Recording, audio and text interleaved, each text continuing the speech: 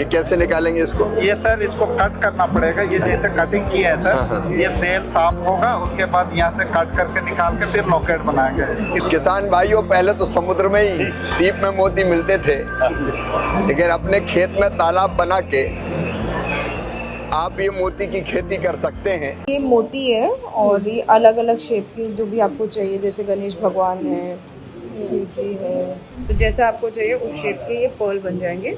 और ये मोती की खेती में भी किया जाता है।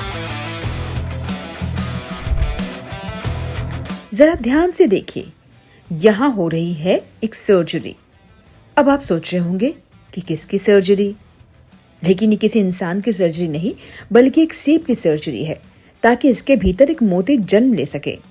मोती एक ऐसा रत्न जो सदियों से सुंदरता, सादगी और शालीनता की पहचान रहा है। खासतौर पर महिलाओं के लिए मोती सिर्फ गहना नहीं, बल्कि एक एहसास है जो हर उम्र, हर मौके पर अपनी अलग ही गरिमा रखता है। आमतौर पर हम यही सोचते हैं कि मोती नदी या समुद्र की गहराइयों में प्राकृतिक रूप से पैदा होता है, लेकिन आज मैं आपको दिखा रही हूँ कि मोती अब वैज्ञानिक तरीके से खेती के जरिए भी तैयार किए जा रहे हैं। ये देखिए, पानी से भरे टैंक, यहीं से मोती की खेती की असली कहानी शुरू होती है। इन टैंकों में पाले जा रहे हैं सीप, जीवित होते हैं और पूरी प्रक्रिया की बुनियाद भी यही है। पानी का तापमान, ऑक्सीजन लेवल, पीएच वैल्यू और साफ सफाई पर लगातार नजर रखी जाती है। दिलचस्प बात यह है कि ये पहचानने के लिए भी तरीके होते हैं कि सीप जिंदा है या नहीं। जैसे टैंक से निकालने पर उसका खोल धीरे धीरे बंद होना, इसका भी एक तरीका है। हल्की सी प्रतिक्रिया देने पर पता चल जाता है कि सीप के अंदर जीवन सक्रिय है। कुछ ऐसे, अगर आप यहाँ पे टच कर दोगे, देखिए बंद ये बंद हो जाएगा, टाइट हो जाएगा, आपको कुछ भी नहीं दिखेगा, तो ये जिंदा है। मगर वो मरा हुआ है, देखिए यहाँ पे भी एक फुट निकला, देखिए मैं अगर उसको टच करूंगी तो जो फुट, ये जो बोलते हैं फुट है, वो इसमें चलता है, मूव करता है। केवल स्वस्थ सीप ही आगे की प्रक्रिया के लिए चुने जाते हैं। इसके बाद हम पहुंचते हैं उसके सबसे नाजुक चरण में, जहां मोती की खेती विज्ञान बन जाती है। लैब के अंदर, यहाँ बिल्कुल सर्जरी की तरह सीप को बेहद सावधानी से खोला जाता है। सीप के भीतर उसके मुख्य भाग होते हैं: खोल, मेंटल टिश्यू, गोनेड और सॉफ्ट बॉडी। इसमें मेंटल टिश्यू की भूमिका सबसे अहम होती है, क्योंकि यही मोती की परतें बनाने का काम करता है। इसी चरण से सीप के अंदर एक छोटा सा न्यूक्लियस डाला जाता है, जो आमतौर पर शेल से बना होता है। यही न्यूक्लियस तय करता है कि मोती पारंपरिक गोल होगा या फिर डिजाइनर।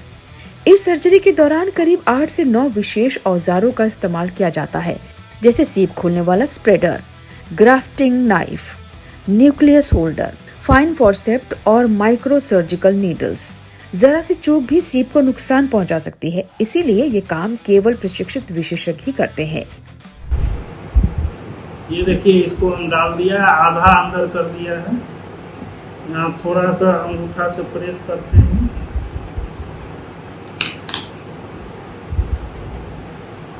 इसको भी अंदर डाल दिया।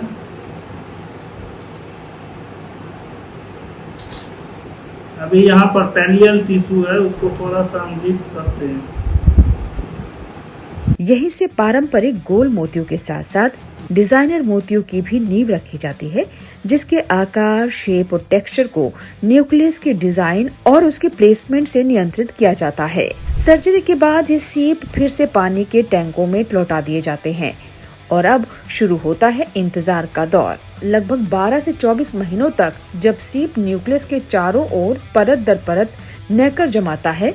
यही वजह है कि मोती की खेती सिर्फ सुंदरता की कहानी नहीं, बल्कि धैर्य, विज्ञान और कौशल की खेती है, जहां नदी और समुद्र की प्राकृतिक प्रक्रिया को आज किसान नियंत्रित वातावरण में अपनाकर मोती उगा रहे हैं, वो भी पारंपरिक ही नहीं बल्कि डिजाइनर मोतियों के रूप में।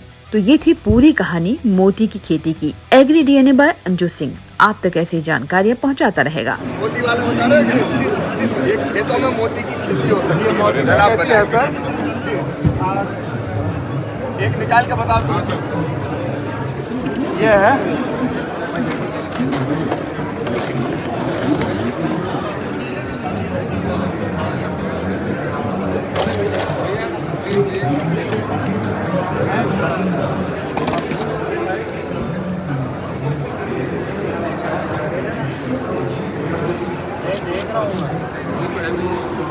खेतों में तालाब बना के वहाँ मोती की खेती।